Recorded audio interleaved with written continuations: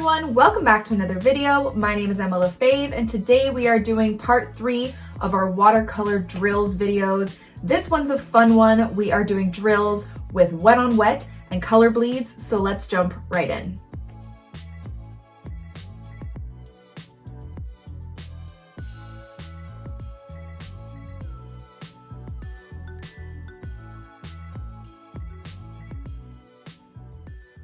Okay, so for today's part 1 of our drills video of wet on wet and color bleeds, we're going to be doing a really fun activity that I still do to this day when I just kind of want to let go, relax, and throw some color on paper. It's a lot of fun to do, and like I said, it's relaxing, but it's also very important to learn and to practice when you are painting with watercolor. So I'm going to be painting in my Etchr Lab cold press watercolor sketchbook. I have it clipped down because this is the last page of my sketchbook, so it was kind of folding a bit. And you just want to keep your paper as flat as possible, especially when doing wet on wet and backgrounds or whatever, just because if your paper is kind of tilted or buckling on one side, it will start to pool in some areas, which can cause a little bit of trouble. So if you want to tape down your paper to your table or whatever, that might be a good idea, but I just have mine clipped down in my sketchbook. I'm using my Winsor Professional Watercolors, and I have my Princeton snap brush in a size 12. So you just want a nice big brush, whatever you have handy, and we're going to begin. So for those who don't know, wet on wet is exactly what it sounds like. You are putting wet paint on a wet surface. So the first thing we have to do, that's my dog, is wet up the surface. And for this exercise, we're going to be doing some circles. Okay, so what I want you to do is take some clean water on your brush, get your brush nice and wet, and you're going to, it's a little hard to see, just start painting a circle. Now, the tip that I have for you with wet on wet, and it's very important, what you're looking for when you are creating a wet background, you don't want it too wet to the point where it's going to pool or drip if you were to tilt it to the side, but you want to make sure that there's a nice light shine to the paper if you were to tilt it. So I'm just going to see if I can show you by just moving this paper. When you tilt it towards the light, you should see a nice sheen. So it's kind of like a shine over that area that you just painted. This also helps you to see if there's any areas you missed. Now, what you don't want is it pooling in one area. So that's when you have a lot of water. I'm just going to try and add a lot of water. Hopefully you guys can see this. Okay, that when you tilt it, it all pools in one area. That's not what you want. And this goes for like if you're doing a background and you're wetting up the whole paper, you don't want it pooling in one area because once you drop that color in, it's going to just sit there. Okay, and also the paper is going to dry at different rates. And so it's going to be really hard to work with. Let me make sure that you guys can see. Yeah, so that little pool right there you don't want. If you do have that, all you have to do is dry off your brush on your paper towel, mop it up, or you can take some paper towel right to the paper. Just keep drying your brush off on your paper towel and move that around until you have a nice even sheen and there's no pool. Next, you are going to go into your color, whatever color you want to use. Hopefully I can keep this a little bit flatter. It's tilting down a bit, so it might pool a bit. Whatever color you want to use, you don't want your paintbrush dripping because once you add more water, it's also going to create a pool. So just try and get more pigment on your brush than water. And all you're going to do is you're going to touch little sections of that wet surface area and watch it bleed or just like kind of move. Okay, and this is wet on wet. Wet on wet is awesome for getting some really nice seamless gradients. So if you're doing like a sunset or a sky and you want to have it go blue to orange to whatever, it will create that really nice kind of fuzzy blend where you don't see any harsh lines. You don't get harsh lines with wet on wet.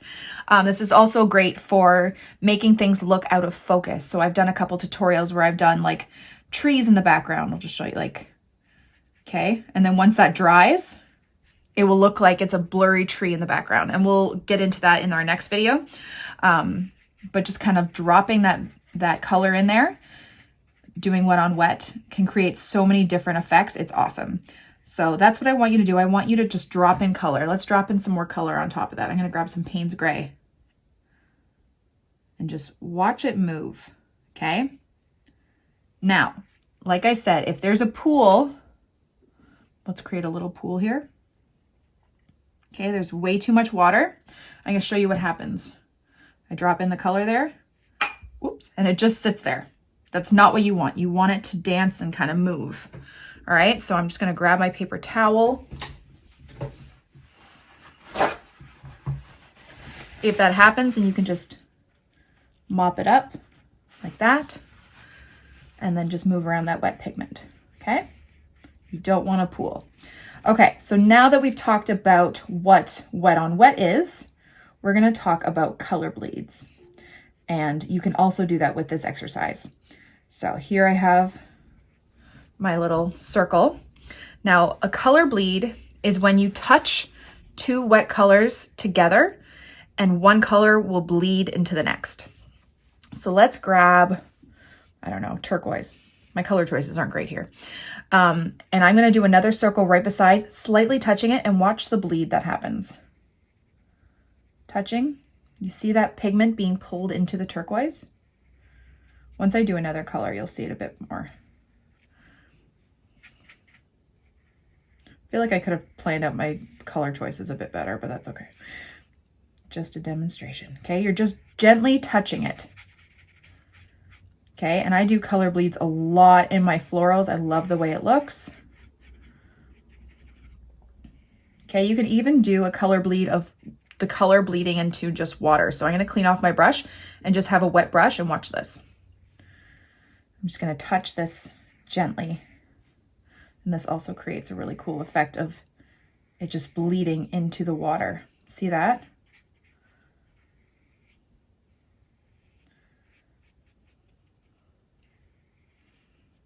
Look at that.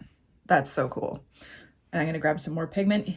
Purple, some colors also tend to move a bit better. I find that with my dioxazine purple and some of the cadmium yellows and oranges. Just watch how much that spreads out. Okay, make sure that your circle's not too wet. This looks a little bit too wet. It's kind of just pooling in one area, so let's mop that up a bit. Dry off my brush on my paper towel. I don't know if you guys can see that. I'm just drying it off like that, making sure it's still wet. You'll get a much better color bleed or a wet on wet kind of like explosion when it's the right amount of wetness. Okay. And you're just going to create circles or even whatever shape you want all over your paper. Just dropping in color, seeing what you can create. Okay. Let's do another, I don't know, let's get some green. Just mix colors, see what happens. I'm gonna do 2 color bleeds. And you'll only get a color bleed happening when that first color is still wet. So it has to still be wet for you to touch and get those color bleeds. Because once it dries, it won't bleed like that. I'll show you over here. That's a wretched green.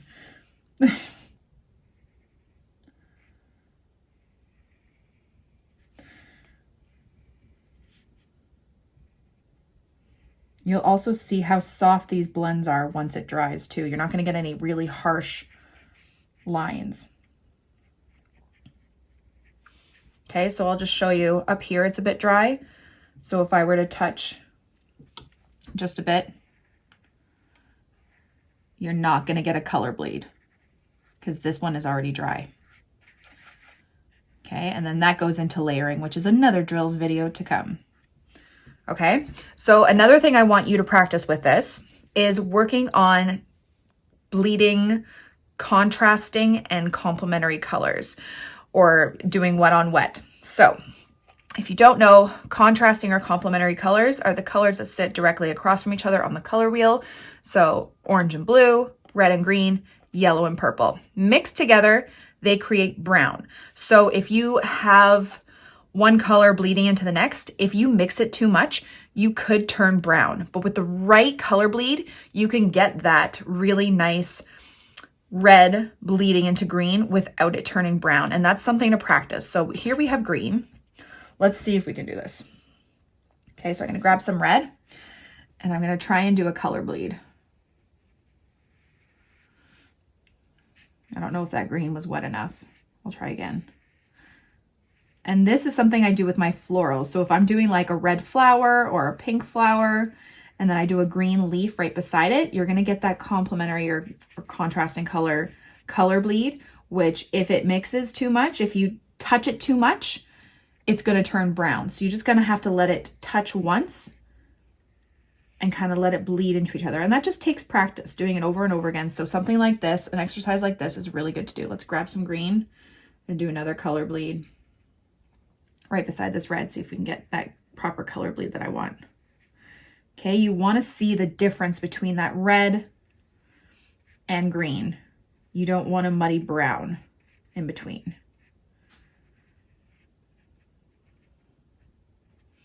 Okay, so you're just tapping it like that. Okay, so you're gonna see that green seeping into the red, hopefully not turning brown. Definitely something to practice. Usually when I do color bleeds, besides flowers, I will try and keep the colors that are next to each other on the color wheel so you don't get that brown. But sometimes it works, so see that green just seeping into the red, but you don't really see a brown. You see green, then red. And that's kind of the ideal of what you want.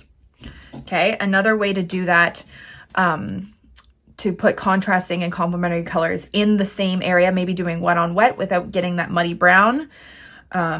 Let's try yellow and purple. So I'm gonna do like a yellow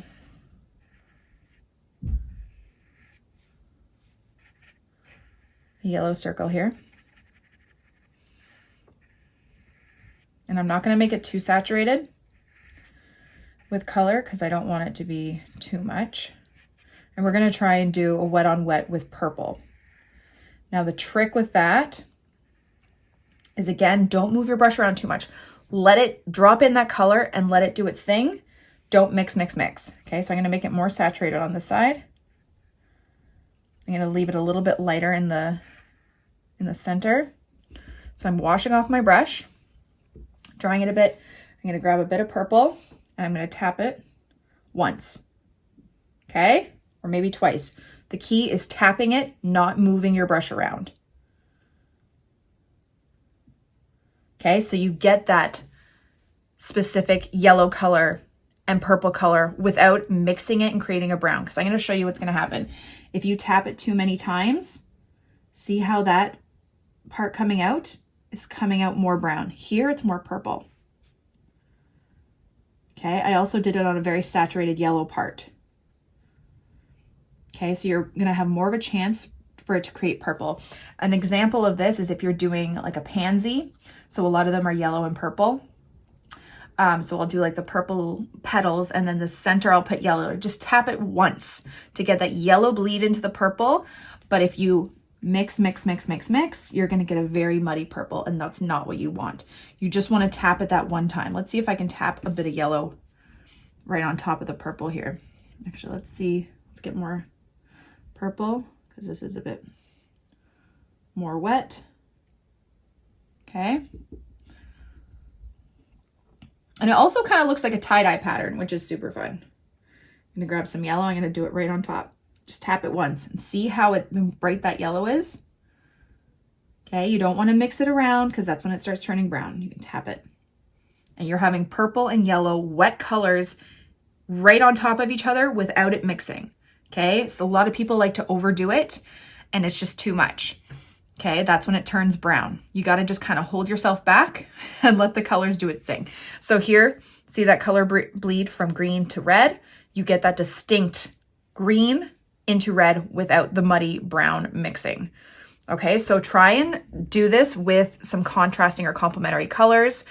That's great practice of how to kind of contain yourself from, you know, overworking a painting essentially. Okay. So just fill up a whole page with different colors. You could do squares, lines, stripes. So like okay, so here we're gonna do a color bleed. doing a stripe. Let's get like a blue, and you're just gonna touch it gently. See that color bleed? The blue into pink, beautiful.